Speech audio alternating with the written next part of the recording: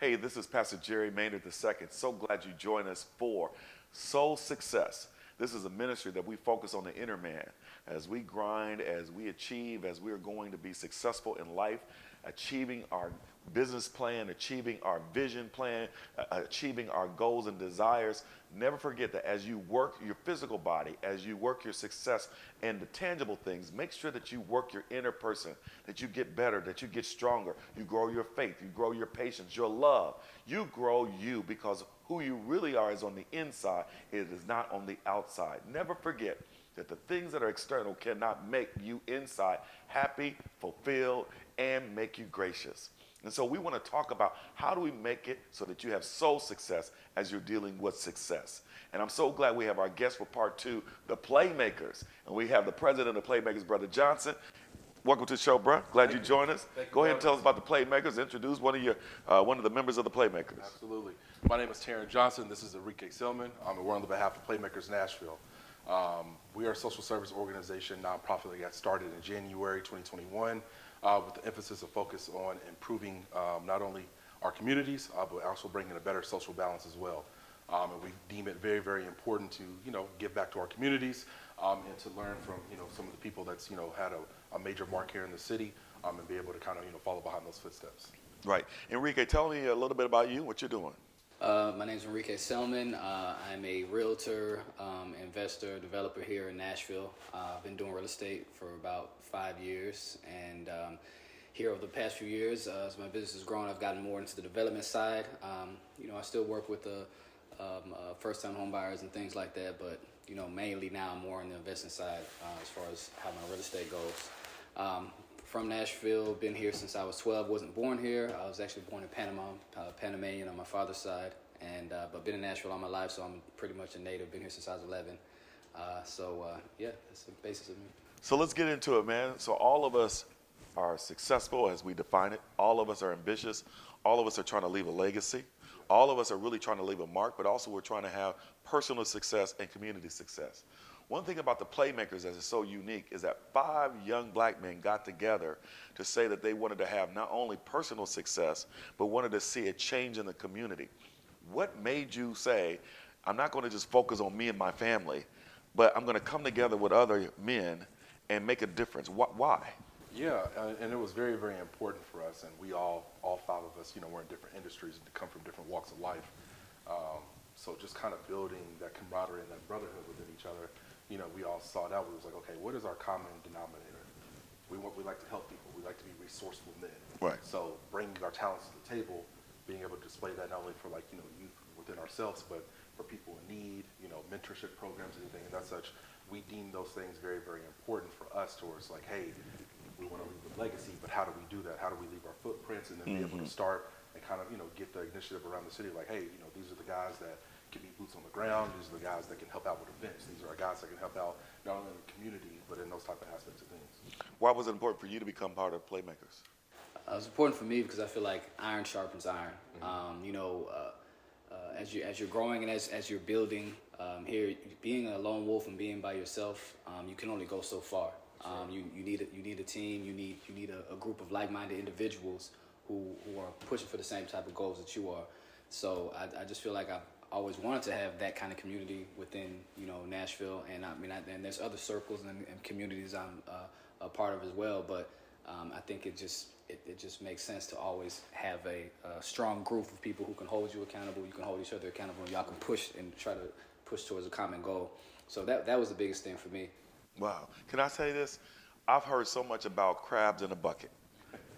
Negroes, I was going to use another word, but I'll use Negroes, can't get along, won't get along. Yeah. Come on, help me. Let's just be real. Yeah. But you all have proven that that's some bull crap. You all can come together. You can work together. You can be competitive and yet work together. Harmonious. Talk about that. Yeah, and it's in that crabs in a barrel type of situation and scenario, it's like, because even with all 5 of us, we're all 5, very alpha males. Yeah. So at times, you can butt heads and we may not see eye to eye on some things, but we realize at the end of the day with the core and what we're built off of, and that's the brotherhood. And just kind of understanding that, hey, not only what we are trying to strive and do as a collective unit, this is bigger than us. Yeah. and that, kind of holding back to what he said as far as the accountability piece, making sure that we stay aligned and focused on, the right things to not only individually put ourselves in the best predicament, but as a whole, be able to shape and mold the city the way we want to. Yeah, because I was told one time by somebody, and it's crazy because it was a white man who said this, and he said that 60 black men could run the city of Nashville. Yep. 60 black men, Yep. and I think over the years we haven't just had that kind of community, that kind of camaraderie, so we can all work together. Everyone wants to be the top dog instead of saying, okay, let me put my power together, put your power together, put our power together, and let's.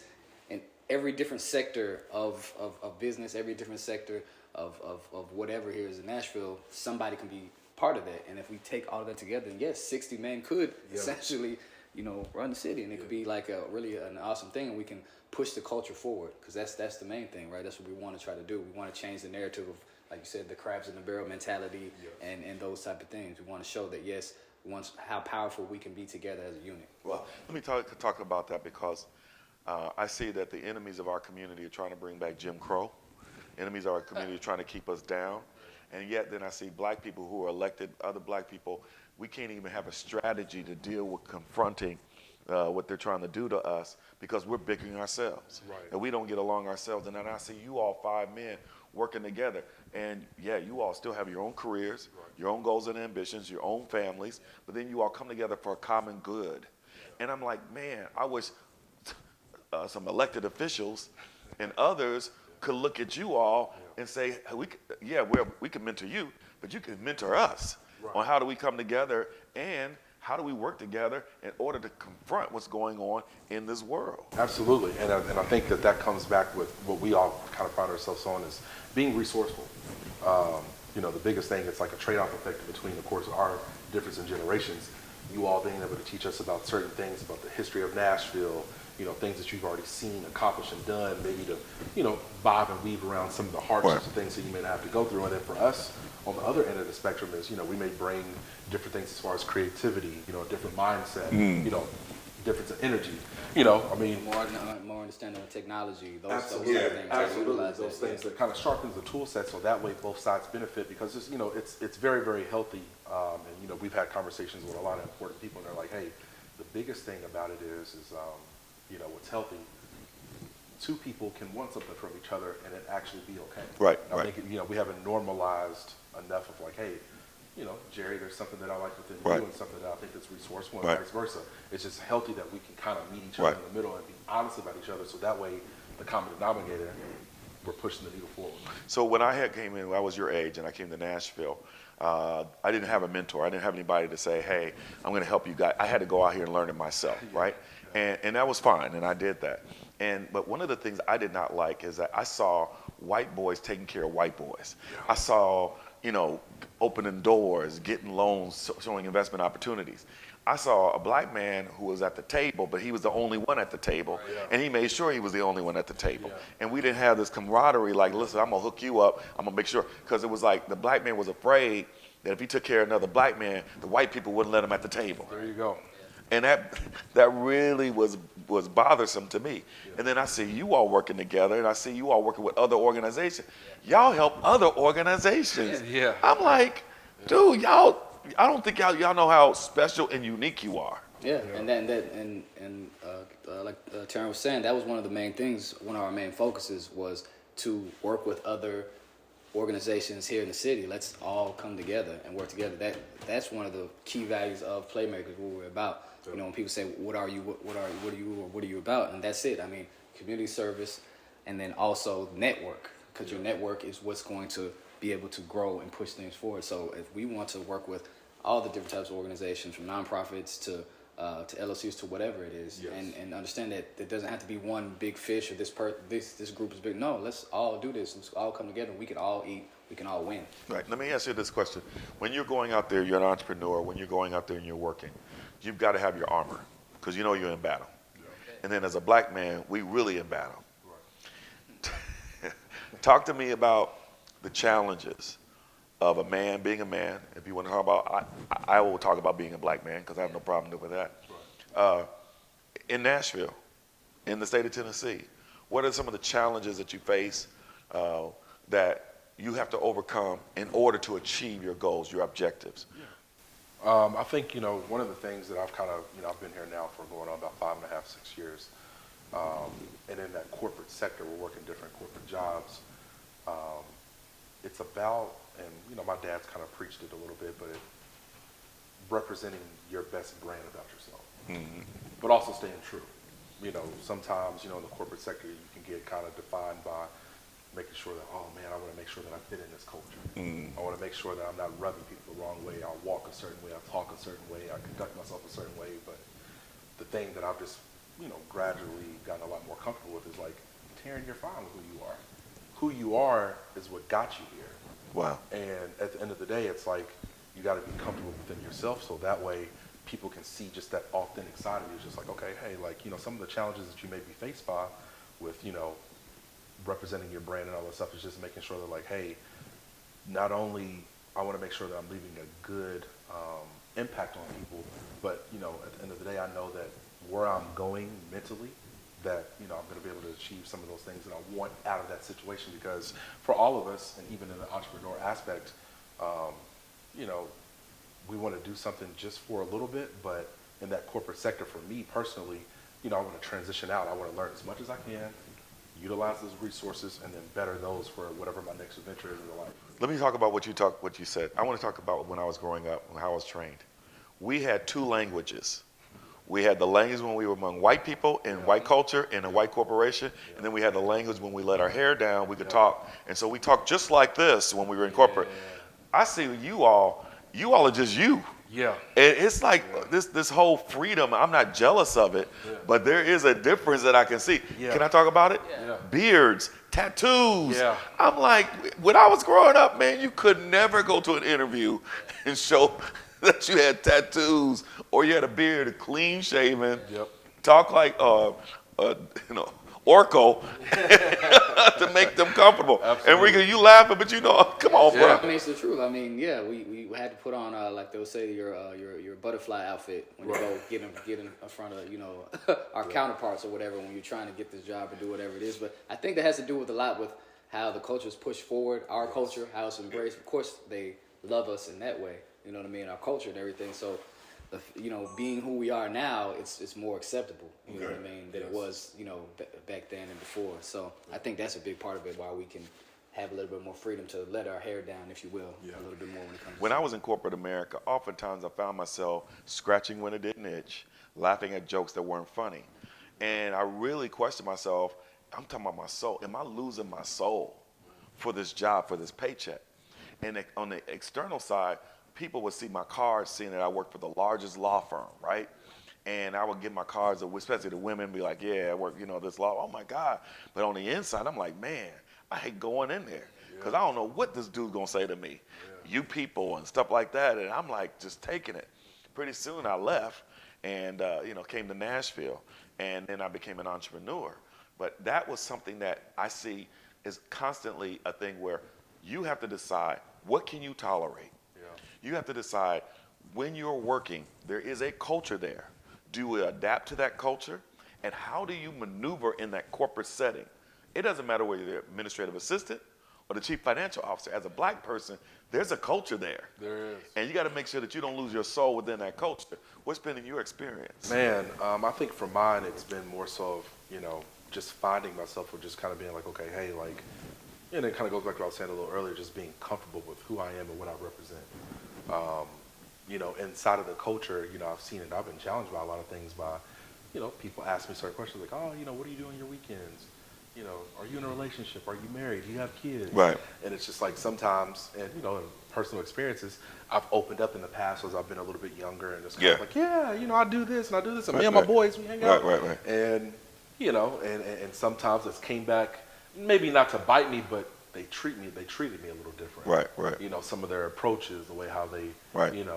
Maybe invite me to things, maybe they don't invite me to things. Right. And and I've just gradually learned to just kind of like, in corporate America, it's sad, but it's a game. Right. And it's just like, okay, well now I kind of know a little bit more. I'm a little bit more reserved, a little bit about my personal life. If you see me, of course, if you see Playmaker things we have going on, those are the strong attribute things that, of course, yes, that's what I want you to see. That's what my pride and joy is when I'm not here. And I mean, technically that's who I am. Yeah. But at the end of the day, as far as just kind of realizing that, like, hey, like some things, and it's sad that you have to be that way because you think that on a typical scale and basis, you spend more time inside of that culture at work than you do with your family. Wow, wow. So your soul, did your soul allow you to do corporate America? No, I'm not. I learned that I'm not built for it. I figured that out a long time ago because I've never wanted to fit into any culture. I always want to do what I want to do. Yeah. And if you're gonna work with somebody you can't do what you want to do, and I was like, Enrique, can I be honest with yourself? You're just not built. Like I was wondering, like, why would I'm always switching these jobs and changing and gotta go and like do the little dance for the interview and all this other kind of stuff, and it's just like. I'm just not a good employee because I don't want to. I mean, I was good at my job. I did mostly sales jobs. Yeah, right. So I was always, one of the people at the top of the board as far as sales and performance and stuff like that. But I didn't do what you're supposed to do when you come to work. You got to, you can't go take an hour and a half lunch. You can't come in when you want to come in, or you can't get not your place. And that was the hardest thing. So, like I said, when I finally got pushed out because of that, and I was about to go sit, it was sitting there, I was about to go try to find another job, and I was doing real estate part-time at the time, and I was like, nah, this is it. I'm going to backseat. I'm going to jump out this plane and build this parachute as I'm falling. Right. I'm going to make it work, and that's what I did, and I never looked back. You know, this ministry is called Soul Success. I want to talk about fulfillment. When you are all out there, whether you're in corporate America, whether you're an entrepreneur and you're by yourself, whether you're as a team, just both of you answer. Start with you, Brother Johnson. When do you know that you are fulfilled? I think moments when I can wake up every day and realize that I'm working towards something. Every day is a blessing to wake up. Every day is, a new day to get better. And whether it's in the corporate sector, things I'm doing outside of work, just knowing that I'm serving a purpose some way, somehow. That's where my fulfillment comes from. Enrique?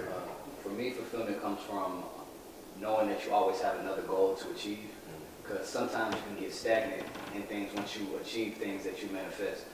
It's funny, a short story, like once, there was a time when I would imagine myself look at these condos that I live in now. Back when I first saw them getting built, like back in 2015, I was driving up the street and I was really dope. I visioned myself living in them one day, right?